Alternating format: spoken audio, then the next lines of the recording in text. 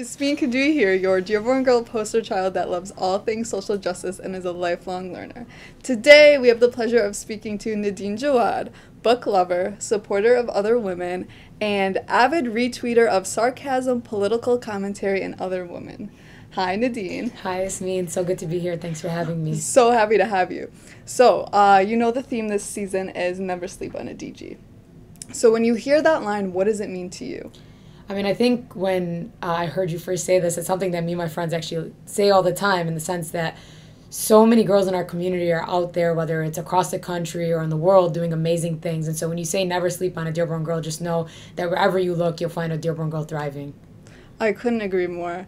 It's funny because when we first came up with this tagline, you were one of the first women that came to my head with never sleep on a DG, just because of the fact that you were the first Rhodes Scholar from Dearborn. The first Arab and or Muslim Rhodes Scholar, and that's something that our community should be so proud of. Can you tell me a little bit about the Rhodes Scholarship? Yeah, so honestly, that's a great question, because even when I was applying and eventually won, my own family had a lot of questions. And so I think there's a lot of spark around it. But to get to what it really is it's a 2 or 3 year fully funded opportunity to study at Oxford University in the UK. But what really, and why so many people talk about it, is the competitiveness of the scholarship. So right now, 0.7% of applicants around the world actually win. 32 Americans win, 96 people overall. Wow, that's incredible. So what made you decide to apply to the Rhodes Scholarship in the first place? Yes. So I won the Truman Scholarship my junior year of undergrad, and that summer the Truman Scholars go to Missouri, and we have like a meeting about future opportunities and kind of mapping out our futures, and there's a lot of skill sets building and resource building there.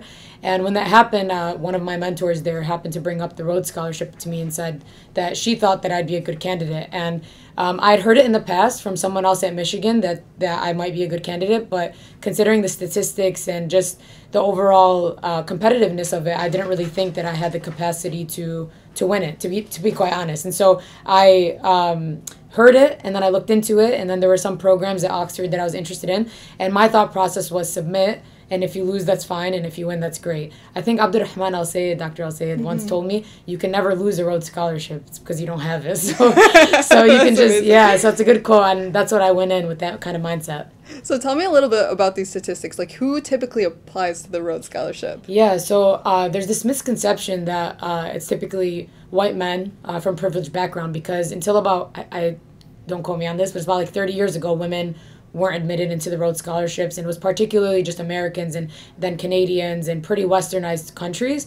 But nowadays, the Rhodes Scholarship accepts people from all around the world. Some of my best friends are from Gaza and the UAE, people from all across Africa, South Africa. I've made some great friends. And so really, it's just a diverse set of people who have academic interests or things that they want to specialize in, and then they apply to this scholarship as a way to fund whatever they're desiring to study. Wow. So when you were applying and you were first considering the program, what was like your end game with it? Like what do you hope to get out of the program? Yeah, definitely. So, I think a lot of the times when people bring up the Rhodes Scholarship, they talk about elitism and how it kind of perpetuates this idea of a high academic or elitist class of people, that are, I think the stereotype of the Rhodes Scholarship sometimes is a yacht club. So you're having these meet and mingle events. It's like 5-course dinners, and it has this high quote unquote class like idea to it. And so for me, I definitely wasn't seeking it out for that, but it's a funding mechanism for you to support whatever academic aspirations you have. And so for me, and why I was seeking out not just the Rhodes. I mean, that year I applied to the Gates Cambridge Scholarship. I think I was considering a Fulbright, just a whole bunch of different funding mechanisms to support my research. What I really loved about Oxford was you have this unique opportunity as a master's in a research program, a master's student in a research program, where you can really get into specifics as an independent researcher. And so for me, Oxford made sense because I'd have the capacity to kind of really get into my interests and do a lot of independent work. Amazing. That So when you tell people when you're there that you're from Dearborn, or do you tell people? I think I should start with that question. Yeah, so actually, I always say I'm from Dearborn.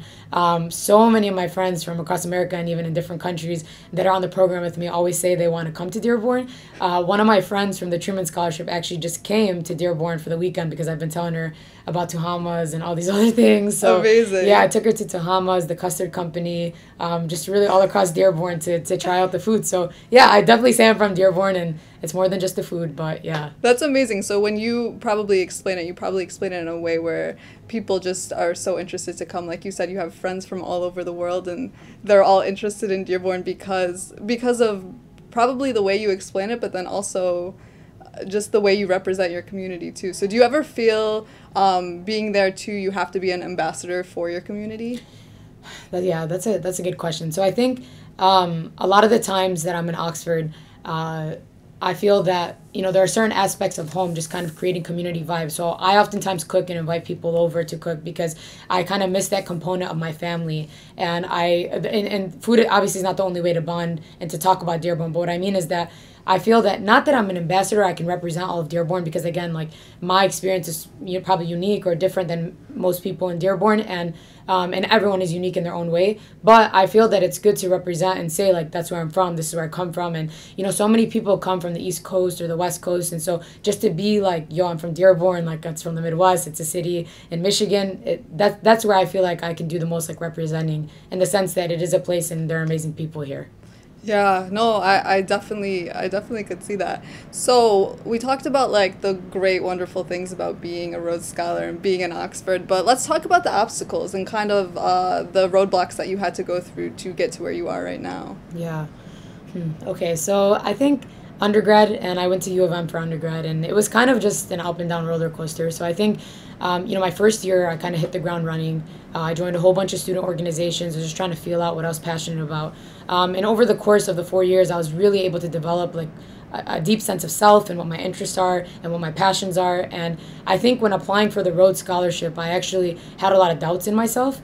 There's a particular story that I always think about when I think about preparing for it, was that I had this sense that people who win the Rhodes Scholarship are just, white men who are rich and come from these rich backgrounds. And it wasn't just my own internal doubt or the internet telling me that. I mean, there were people in my immediate circles telling me, that's not a scholarship for you. It's going to be impossible to win. Don't take it offensively if you lose. So I was just like internalizing that. And so I remember there was this time when my mom and I were going to get a suit for the finalists interview. And I had this perception that I needed to like dress top notch and look a certain way because, I had to tone down the hijab to make people more comfortable with my appearance.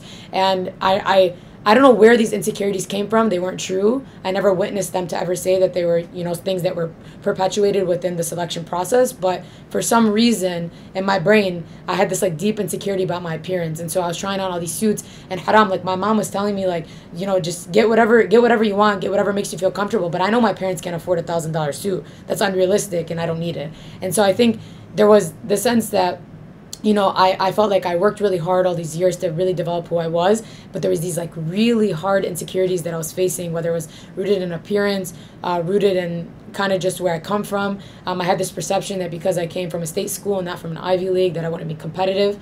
And so there were all these little things that were really difficult at the time to overcome. And I remember like when I won, I was waiting in the room because actually, so what happens is around 14 people per district end up getting a finalist interview, and only 2 from that 14 won on that day. And they tell you in person. And so I remember the first 30 minutes of the first interview, I was kind of still like in my insecurities. And then I realized like there were such diverse people in the room and I should just chill out and be myself. And so I really started vibing with the interview, and it was good, and I had a great interview.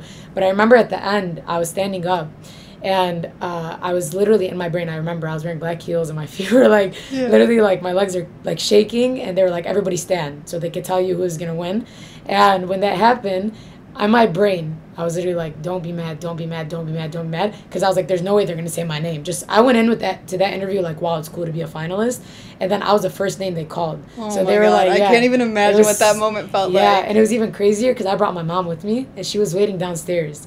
And so I'm like, don't be mad, don't be mad. Then they said my name. And then like right away it starts, like publicity. They want to give you press releases and talking and interviews, and everyone wants to talk to you. And the first thing I was like, I'm sorry, but I have to get in the elevator. Like I have to go tell my mom. And so like I went downstairs to tell my mom in person because I didn't want to text her. And so it was just, I don't know, it was like this overwhelming feeling. And, you know, I called my dad when I won. And my dad's the type of person where he's very, very quiet, and his emotional expression comes out like he's making dua, he's putting zakat, like he's doing all these things to like pray for you. And I FaceTime him, and he's like on the masbaha, and he's like, you know, like just holding the masbaha. He's like, Shusad, like what happened? And I'm like, Dad, I won, and he just starts crying. Aww. So it's just like, it was a really emotional moment, but like, you know, it's just crazy because thinking about where I was in terms of my insecurities and my self-image and all these problems before to the moment where I actually won, it was an incredible moment. Wow. So do you think at that moment all of the self-doubt you had kind of just evaporated, or was it one of those things where it kind of was like, okay, look, like you deserve to be here?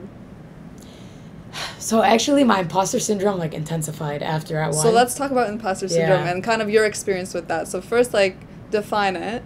So my understanding of imposter syndrome is you constantly have this feeling that it was a mistake or a fluke or you shouldn't be where you are based off whatever circumstances that you feel you know, you had in your upbringing. And so just the idea again that I internalized about what the Rhodes Scholarship was, I was like, yeah, I'm a girl from Dearborn, not that I can't or shouldn't be here, but how did I get here? And it was overwhelming because then once I won the Rhodes Scholarship, everyone started identifying me as a scholar.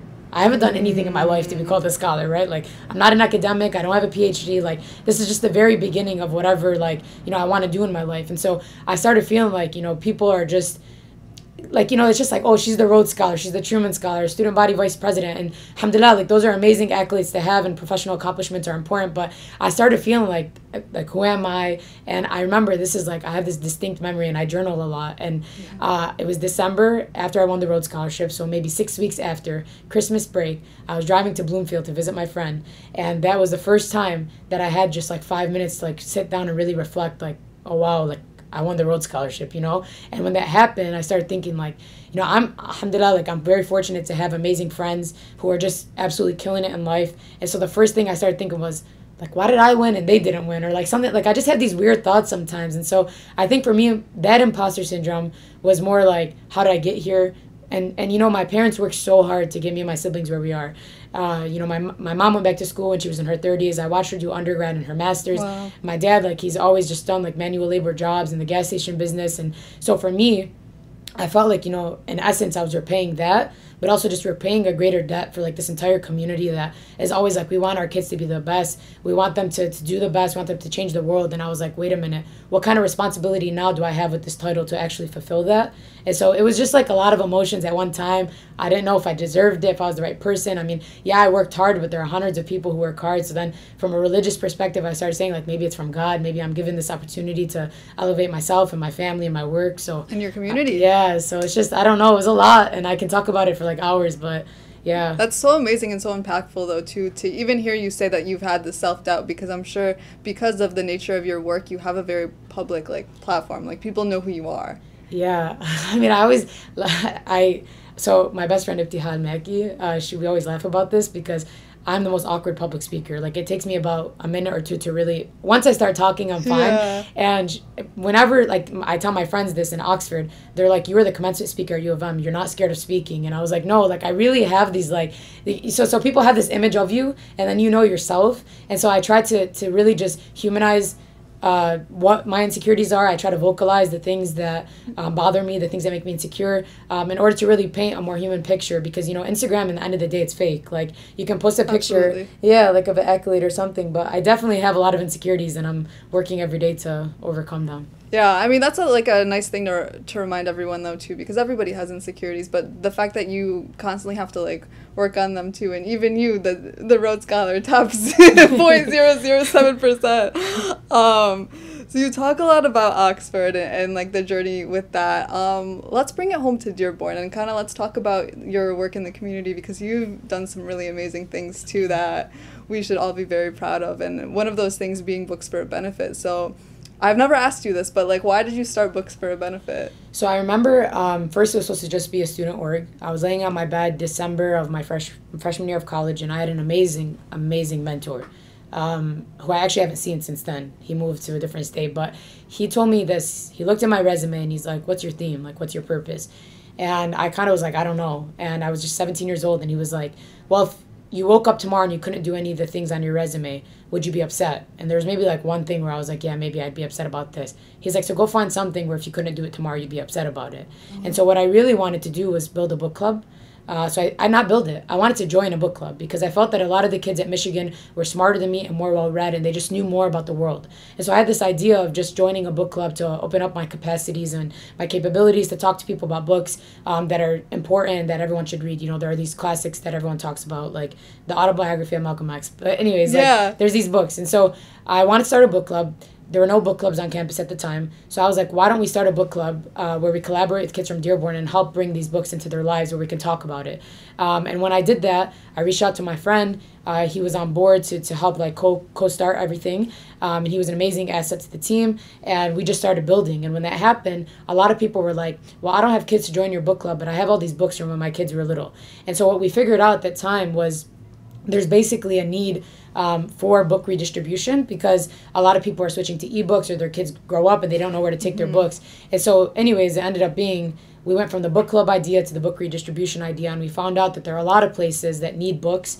And since then, I mean, it's just been only upward. I mean, we've had amazing community support, and we've collected over 250,000 books. And in the last 5 years distributed approximately 150,000 books. That's incredible. Yeah. I was just about to ask you what the impact you've seen. So those are the tangible numbers, but I think like on even a more basic level, what's the impact that you think you've seen, and even what's the impact moving forward that you would want to see with Books for a Benefit? Yeah, so now I'm applying to med school, so amazing. I want to make sure that Books for a Benefit remains like it's sustainability wise.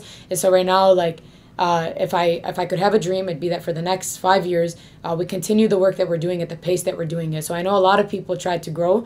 I'm aware of our capacities and our capabilities at this time. We really want to focus on our service of redistribution for the next 5 years and continue to build libraries and just get the books in the hands of kids. And then in terms of impact, I mean, long term, you want to be thinking about how you can utilize your data and your numbers to influence policymakers, people who have a stake in this. And so just writing and working with people to understand why are these book deserts the way that they are? Why are people not having books in their libraries, at their schools, and local community schools, literally? And so if I could say what is the long-term impact, it's not just to give books temporarily. It's to utilize our experiences and our data and our numbers to make actual structural changes in the way we treat public libraries in Southeast Michigan. Wow. So when you first started doing this, what was the community's response? Yeah, so I always say that some of my best and worst experiences with the community, you know, the quote community, are through Books for a Benefit. So you have, I mean, from day one, like consistent supporters. Every year you're knocking on their door, you're asking them, like, can you guys cut me a check? We're trying to raise $60,000, like, you know, help out. And there are people, like, I mean, I won't even start naming because, like, there's so many to name that have just always supported with money and just publicizing and helping. And then you get this other aspect, and something that really fractured me was there's a lot of implicit sexism that comes, especially as a woman trying to fundraise for an idea, where sometimes people think you're too young, you don't have credibility, you have people that just say things that are so offensive about when are you going to settle down, when are you going to get married, when you're talking to them about a professional or an academic aspiration. And so when all of those things come about, it's like those are the things I want to change about our community, that I want to draw attention to. Because when an 18-year-old girl is asking you to donate $500, you don't start asking her about her relationships. You ask her about her idea, and you try to empower the idea. And so, alhamdulillah, like I said, there have been amazing people who have done just that, and there have been a lot of people who have done the opposite. And so that's the first thing. And then the second thing is, in the last few years, we've seen a lot of small nonprofits start popping up. So I remember my second Books for a Benefit dinner, the gala where we fundraised, we had 675 people in attendance. Wow. Last year, we could barely break like 350 because so many people are having dinners and there's so many great ideas coming about. And so the second thing that I would say about that's Dearborn specific is we sometimes do this thing where everyone's kind of on their own, and we need to do a better job at collaboration and empowering one another, and bringing organizations all to the table. I mean, if 5 organizations are doing education-based things, maybe we're doing books and someone's doing backpacks. We should be at the same events giving backpacks and books. And I've had these conversations with Zainab Hussein and Wayne County people who are just absolutely phenomenal at collaborations. And so I would say, like, the second learning lesson is to just really bring people together. There's no girl on girl competition. Like, we should all be helping one another, trying to see the best for our community through our ideas and organizations. Yeah, I agree. I think, like, strength through numbers too, and like the fact that sometimes our community tends to not be as unified on certain things, where it's like educational equity, for example, there should be no question as to where everybody stands with that. So I guess my question for you too is, for a young girl, a young entrepreneur in Dearborn that has an amazing idea and that wants to go full force with her idea, what advice would you give her? Okay, all right, that's a good question. Okay, so I think, like, this goes without saying, but it's probably important saying, is that nothing that's successful just comes easy. So don't give up on it, because I remember I specifically called my dad my junior year. I told him, Baba, I can't take it anymore. Like, I get emotional thinking about this. I'm like, I'm taking 20 credits. There's all this stuff is happening. I can't do books or benefit anymore. And my dad told me, like, my dad's like one of the most wise people I've ever, like, spoken to in my life. And he was like, take a step back. He's like, it's not about you. Think about how many people invested into this organization, the money, the books, the time. He's like, so think about, you know, it's an obstacle, right? But think about how to overcome that obstacle. And so you might look at social media and be like, wow, this is a success. But no successes come without those moments where you're like, I can't do this anymore. I'm not passionate about it anymore. There's too much drama, too many problems. And so I would just say never give up. That's the first thing. But the second thing is depend on other women. Like, there are amazing women in this community who have uplifted me, connected me. I can think of so many Dearborn women who are like, come on the TV and do this thing on MSNBC. Come and speak on this panel. Come, let me give you $5,000 grant, just apply. There was a woman in Dearborn who literally, she guided me through an application process that gave Books to Your Benefit $25,000. Wow. I met her one time, told her my idea one time, and she was like, yep, I'm on it. For Harb, in case she's amazing, listening. amazing. I love this shout out. And so I honestly, like, my aunts and my family and my cousins and my friends, like, there's so many people I could shout out. My mom. My mom is the backbone of Books to Your Benefit. And all 95% of the people who have uplifted and helped us overcome are women. So I would just say, like, don't see women as a threat. See women who are successful as people you can collaborate with and work with. And I mean, I can go on and on. That's amazing. I love all of that too, and it kind of goes back to, like, the thing we're trying to drive home. Never sleep on a DG. You literally just talked about situations where people just wanted to help you, and that's, I think, if we look around at our community too, sometimes we try to, like, pit each other against each other, but in all honesty, like, everybody has each other's back. Yeah, I agree. When you really sit down and talk to people, I think that's what you find, because sometimes we have this, like, misconceived and, like, preconceived notion of people just not getting along, when in reality, like, that makes me really happy to hear that story. Absolutely. No, it's great. I mean, I think, like, I like I said, I journal a lot, and I keep notes of, like, you know, people, like, that I've just been so amazed by. Like, this is a phenomenal story that I think about this so much. So we needed $5,000 for Books to Your Benefit, and we were just struggling with fundraising last summer. So I was like, all right, let me hit up, like, businesses, and I started, like, walking, like, on Warren and Schaefer, and I was just, like, going into salons and people and saying, like, would you donate $150? And I went into this salon that was closing down. This woman literally was like, oh yeah, you know what, we're closing down, we're not making any money here. She opens her cash register and she hands me money. Wow. But that's what I mean. Like, yeah, you can think about, like, all the people that are tearing each other down, because that exists here, exists in Dearborn, but it exists everywhere, right? But what I try to focus on is those positive moments where you're like, this is the community. And, you know, when I went to Oxford this year, I kind of had, like, an identity crisis. Like, I didn't know, like, am I trying to adopt these new places? Am I trying to stay rooted? Like, what's the balance between these two worlds? And what I realized was there's something about Dearborn, and it's the humility and the generosity and the identity that so many people lack. Like, just coming from this place, I feel like I have such a good sense of self. I know who I am. I know where I come from. I have, like, this like, really, like, deep attachment to the place that, like, built me. And because of that, I feel like I thrive wherever I go because I know who I am. So it's just, yeah, I mean, it's amazing. That's such a beautiful thing, and I absolutely love that you just said that. So when other women hear your story, what do you want them to take from it? Ooh, that's also a good one, and probably a long-winded answer that I could give. But I mean, like, I honestly, like, when I look at it, I don't want to ever paint the picture that being a Rhodes Scholar is the epitome of success, because there are successes in so many things. There are girls that open up their own salons in this community that are doing phenomenal work. There are teachers that are starting up classrooms that are doing phenomenal work. Like there's work in every sector, photographers and just everything, you know. So I would say like hinge on this, like pick the thing that you're passionate about and chase it. Because I remember when I was a freshman in university, some people were telling me like I was doing too much, you know, like your interests are so broad, there are too many things, you have no, like, you know, you're just doing too much.